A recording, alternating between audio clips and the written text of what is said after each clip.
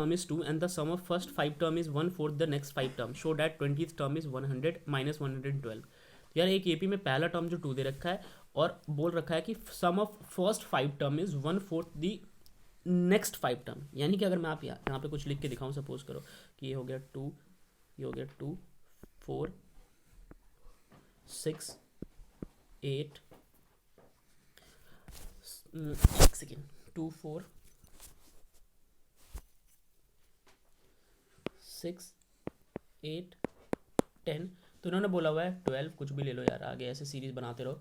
तो first term तो 2 ही है आपका, लेकिन then this sum of first 5 term, तो पहले 5 टर्म आपको क्या दिख रहे हैं, 10 तक दिख रहे होंगे, ये पहले 5 टर्म है। इनका सम मान लो, इनका सम आ जाएगा लेट सपोज 50 हो जाता है, तो इसका 1/4, इसका जो 1/4 होगा ना, ठीक है, वो अगले 5 टर्म है।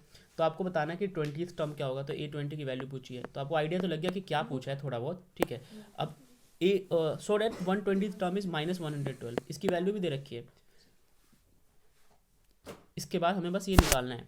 तो देखो यहाँ पे ये एपी है, ये एपी आप अगर मान लो कि मैं एपी के पहले टर्म को 2 मानता हूँ, क्योंकि क्वेश्चन में 2 ही दिया हुआ है, ठीक है, तो पहले टर्म को अगर मैंने 2 बोला, ठीक है, तो भाई नेक्स्ट टर्म क्या निकल के आएगा, नेक्स्ट टर्म तो वही होता है, डी में ऐड कर दो, ठीक है। अगर पहला टर्म A1 जो है मेरे पास, A1 की वैल्यू क्या है 2 है, तो A2 क्या निकल के आएगा, A प्लस में D निकल के आएगा, A1 प्लस में D निकल के आएगा, A3 क्या निकल के आता है, A3 निकल के आता है A2 प्लस में D।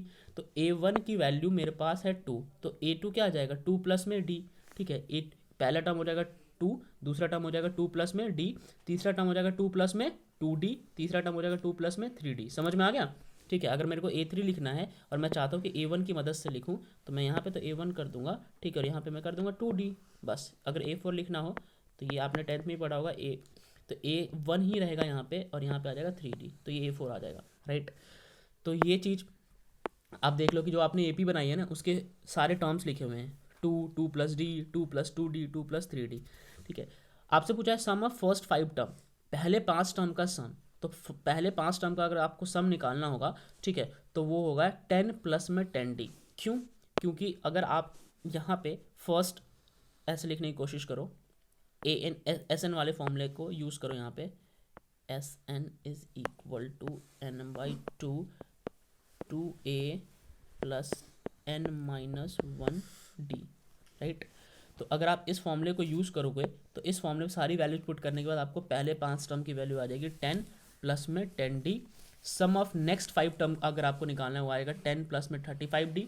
गिवन कंडीशंस के अकॉर्डिंग जो पहले 5 टर्म का सम है, ये पहले 5 टर्म का जो सम है, ठीक है, वो ये रहा, वो इक्वल है अगले 5 टर्म के सम का, ठीक है, लेकिन उसका 1/4 कर देना है, ठीक है। तो हमने इन दोनों को बराबर रख दिया, इसको और इसको आपस में बराबर रख दिया, और यहाँ से हमने क्या निकाल ली, डी की वैल्यू निकाल ली। अब जब हमें A20 निकालना होता है, तो यहाँ पे अगर आप देखो तो A20 आप निकालोगे इस पॉइंट पे, इस पॉइंट पे अगर आप A20 निकालोगे तो A20 होता है A प्लस में n-1D, ठीक है। A की वैल्यू पुट कर दी, n-1 19 हो गया, D यहाँ पे पुट कर दिया, ठीक है, तो आपके पास ये 112 ही निकल के आएगा। तो इससे इस तरीके से प्रूव हो गया। अब आपके मन में सवाल चल रहा होगा कि यार ये ना, ये सॉल्व कैसे किया, ठीक है, ये और ये पोर्शन सॉल्व कैसे किया।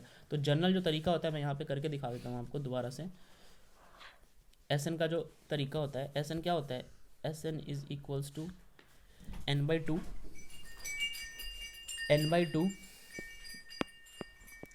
2A प्लस n-1D, ये होता है SN का तरीका, ठीक है। तो पहले 5 टर्म का सम निकालना है, S5 is equal to n/2, n क्या है 5 है, 5/2 2A की वैल्यू क्या है 2 है, प्लस में n-1D, n मतलब 5, यहाँ पे आ जाएगा 4D, ठीक है।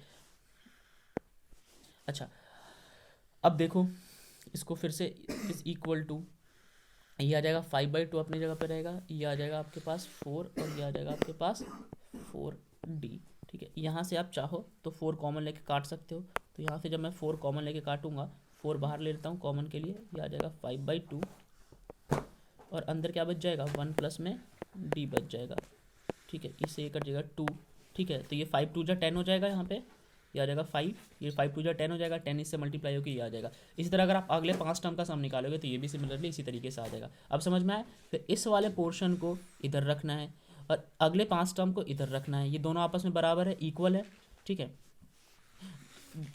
अब बस ये जो अगला 5 टर्म है वो 1/4 होके इक्वल है इसके, उसके बाद तो आप सॉल्व कर ही लोगे। ठीक है, तो ये क्वेश्चन हो गया, समझ आ गया सबको। नेक्स्ट अगले क्वेश्चन पे जंप करते हैं।